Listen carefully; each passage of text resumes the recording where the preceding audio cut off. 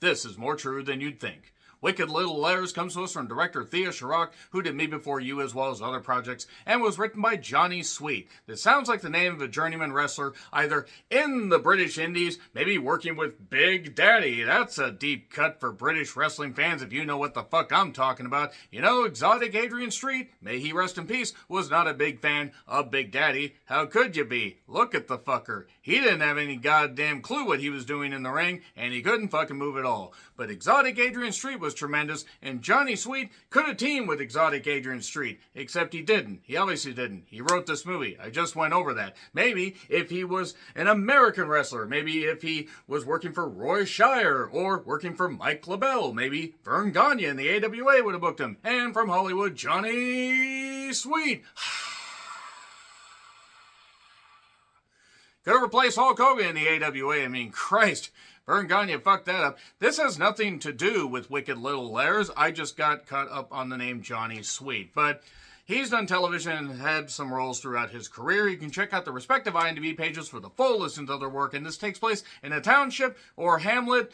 Alas, poor York, I threw this letter well, of Little Hampton, where basically the townsfolk are besieged by explicit, profanity-filled letters, and really there's only one suspect, somebody that recently came into town, Rose Gooding, played by Jessie Buckley, who is fucking tremendous and just hilarious and biting, and my goddamn goodness, she just stole the fucking show here. Jessie Buckley, who is in one of my favorite movies of 2022, Men. And that's a movie I think that could be called divisive, shall we say, but she was great in that. I was excited to see her in this particular movie. I knew nothing about it outside of the cast and reading up a little bit on. And by the way, the reason I am seeing this a couple weeks before it actually comes out is this was the Regal Mystery Movie. And I decided to sit down and watch it, and you know what? Let's talk about more of the cast before I tell you how I felt about Wicked Little Letters. So Olivia Colman, who's great, she plays Edith Swan, who is just a prim and proper, righteous individual that lives with her very, very, very overbearing father. Edward Swan. Timothy Paul, who has had a hell of a goddamn career. He was in Sweeney Todd. He's been in a lot of great stuff. Really, really great actor. And those three in particular would just be enough, but it's another, bit of loaded, part of the cast. Hugh Skinner, Superintendent Chalmers. And this is taking place, obviously, in the aftermath of the war, where, yeah, there's a lot of accents that might be hard for some people to understand. If you're not, tuned into British, Irish, Welsh dialects, that vein. I mean, obviously, there's a certain, type of accent that you zero in on given the particular location. But if you have problems with those accents, you might have an issue watching this in theaters. Alicia Weir was in this. And Gemma Jones, who's had a hell of a goddamn career. A great goddamn cast. I do want to shout somebody that played policewoman Gladys Moss. This is Anjana Vasan, who... Fuck.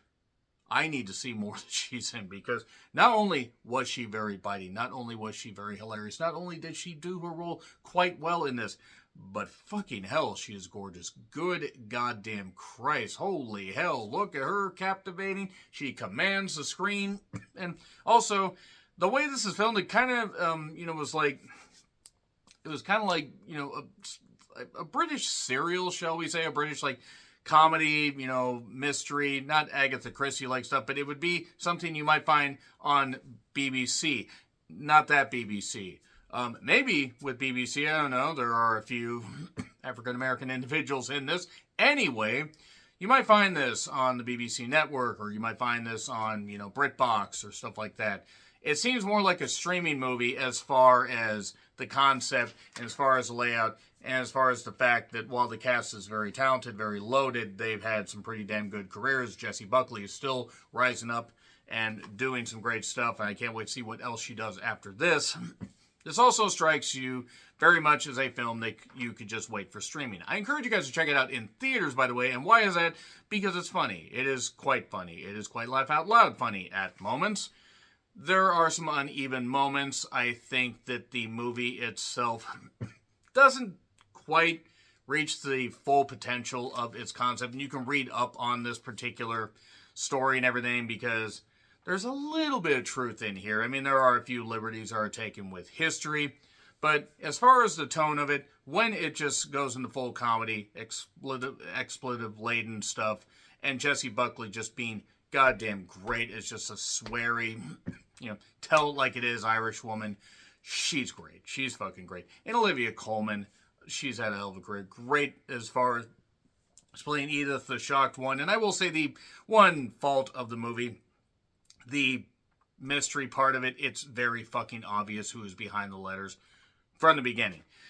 It's very obvious who is behind all this stuff that's going on because Rose is the one lone person as opposed to the one not alone person in this particular village, hamlet, whatever you want to call it, that people like her, but she's also seen as a bit of an outsider.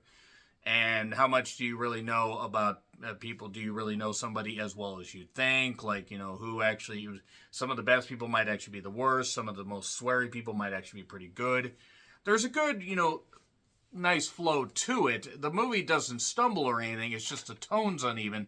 I think the more serious moments don't quite land like they thought. It felt a little bit, a little bit heavy-handed there, even though there was some good stuff to it. But the cast carries it, and the humor definitely carries it, and is a movie that I would recommend as being very entertaining. If not uneven, still very entertaining. I'm going to get into spoilers, but it's going to be in theaters in a couple weeks.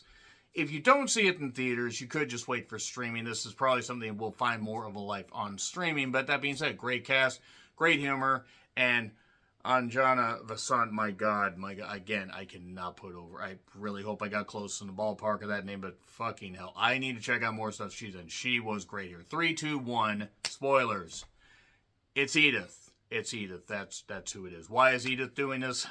Edith has her overbearing father that, I guess him and his wife had a bunch of children. Olivia Colman's Edith was the one that stayed behind.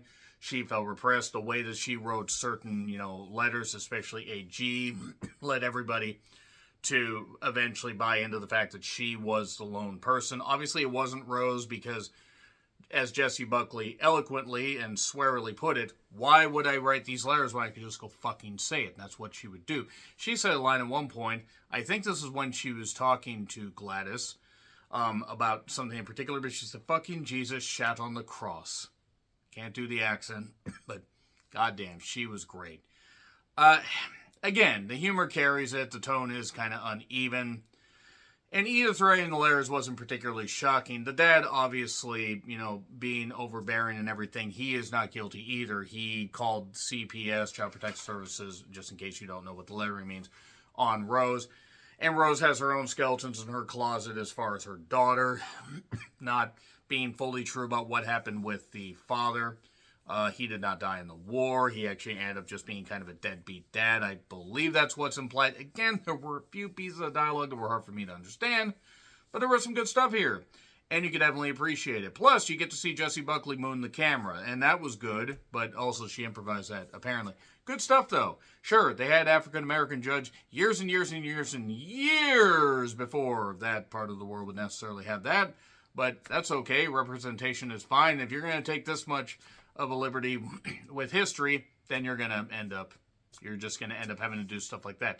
It is pretty damn good, though. It is pretty damn good as far as being humorous. Cast definitely carried this damn thing.